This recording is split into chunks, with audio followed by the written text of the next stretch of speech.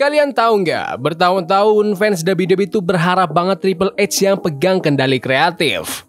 Tolong, Triple H aja yang ngejalanin WWE. Kata kita, dia pasti bisa benerin semua yang salah.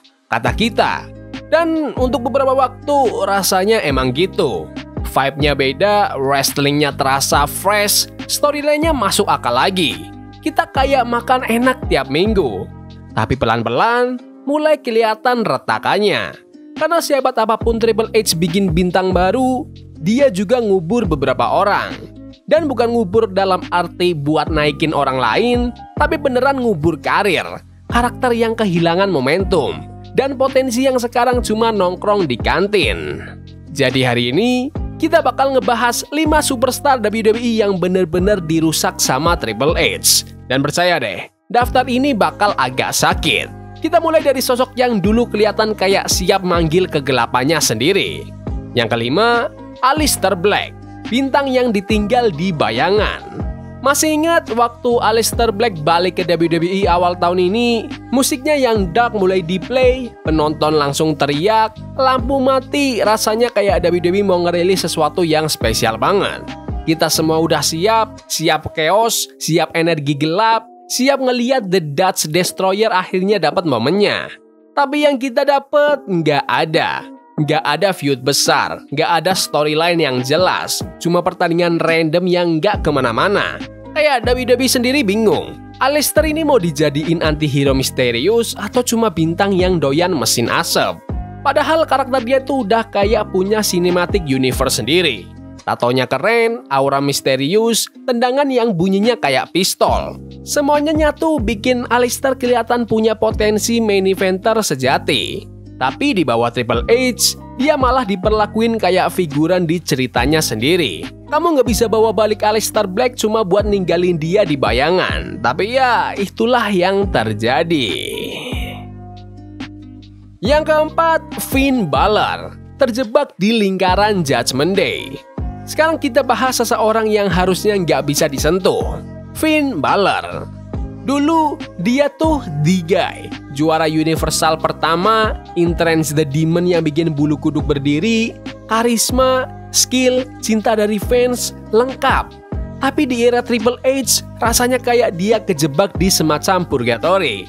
Dan namanya The Judgment Day. Jangan salah, grup ini keren, laku, banyak momen gila juga. Tapi lihat V-nya deh, dia kayak jadi pemeran pendukung buat Rhea Ripley dan Damian Priest. Bahkan waktu dia juara pun, kreatifnya kayak lupa dia tuh masih ada. Finn Balor seharusnya jadi headline acara premium. Dia harusnya ngelakuin promo-promo panas, ngejar gelar dunia, nunjukin lagi kenapa dia salah satu pegulat paling mulus di ring. Tapi yang kita dapat malah loop yang gak ada habis-habisnya, tag match, drama siapa pemimpin sebenarnya sama Liv Morgan, dan gak pernah bener-bener naik. Triple H gak cuma nge-cool off Finn Balor, dia ngebekuin karirnya. Dan itu tuh dosa besar. Yang ketiga, Giulia, bintang Stardom yang menghilang. Sekarang ke nama yang sempat bikin dunia gulat heboh, Giulia. Dia harusnya jadi salah satu signing paling gede dekade ini. Superstar dari Stardom, hype-nya bener-bener tinggi. Tapi yang kita dapat beberapa match bagus, emang sekarang megang gelar US Championship sih, tapi reaksi yang dia dapat itu selalu radio silence. Kayak WWE tiba-tiba lupa kalau mereka punya salah satu pegulat wanita paling keren di dunia. Jarang banget tampil, jarang ngedefend gelarnya, dan kalaupun nongol cuma di segmen backstage pendek yang nggak ngapa-ngapain. Mana spotlightnya, mana ceritanya, mana beautiful madness yang dijanjiin. Triple H katanya mau ningkatin divisi cewek, dan di beberapa kasus iya, emang berhasil. Tapi cara dia nangani Giulia itu total miss. Kamu nggak bisa rekrut megastar dari Jepang cuma buat bikin dia ngilang begitu aja. Yang kedua, Pete Dunne, si Bruiserweight yang kehilangan identitas. Pete Dunne ini sakit sih, karena kalau kalian nonton NXT UK, kalian tahu sebrutal apa dia. Patah-patahin jari lawan, pukulannya keras, gaya yang gak neko-neko. Dia punya aura orang yang bakal selalu nyakitin lawannya. Tapi di main roster, di bawah Triple H, kayak semua yang bikin dia spesial tuh dihapus. Dia di repackage, dikasih topeng, dilempar ke tag team random, bahkan sempat diisukan mau ganti nama lagi. Kayak kita udah tahu dia itu siapa. Pete Dunne gak butuh gimmick baru, dia butuh arah yang jelas. Harusnya dia jadi tukang rusak di Raw, tapi sekarang dia cuma numpang lewat di segmen gak penting. Rasanya kayak nonton band indie favoritmu tiba-tiba tekan kontrak sama label besar dan malah bikin lagu bubblegum pop. Kamu cuma bisa mikir, kemana energi aslinya itu dibuang? Dan yang pertama, Austin Theory. Jatuhnya si anak emas. Dan sekarang yang paling nyesek, Austin Theory. Anak muda yang punya semuanya.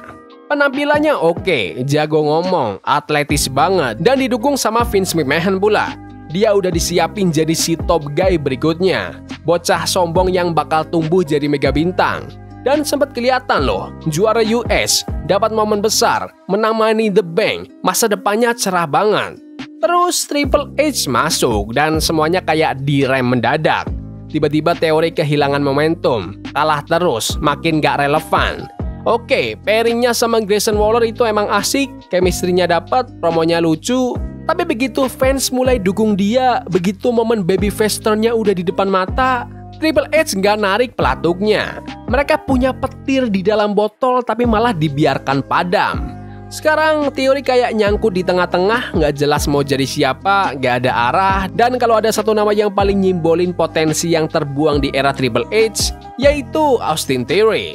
Harusnya dia jadi generational talent, tapi sekarang dia itu cuma bayangan. Oke, aku nggak bilang Triple H itu buruk buat WWE. Dia udah ngasih banyak hal bagus, storyline yang niat, wrestler yang akhirnya bersinar, storytelling jangka panjang balik lagi. Tapi kekuatan kreatif tuh pedang bermata dua. Kalau kamu itu the game, kamu bukan cuma bikin bintang, kamu juga bisa ngancurin mereka. Jadi gimana menurut kalian? Kelima orang ini cuma korban timing aja atau Triple H beneran ngerusak karir mereka? Komen pendapat kalian di kolom komentar. Ya udah gitu aja video hari ini. Jangan lupa like dan subscribe ke channel ini karena gue pengen 20.000 subscriber si bulan ini. Tolong bantu. Yes boy. See you. Love is a game we play incognito.